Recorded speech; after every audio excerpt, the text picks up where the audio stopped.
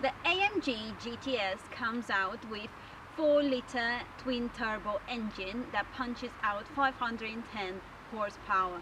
This model comes with a V8 engine that you'll never get bored of. 510 horsepower is a mighty powerful car, and you need to be a really good driver to push this car to its limits. 0 to 60 is just 3.7 seconds.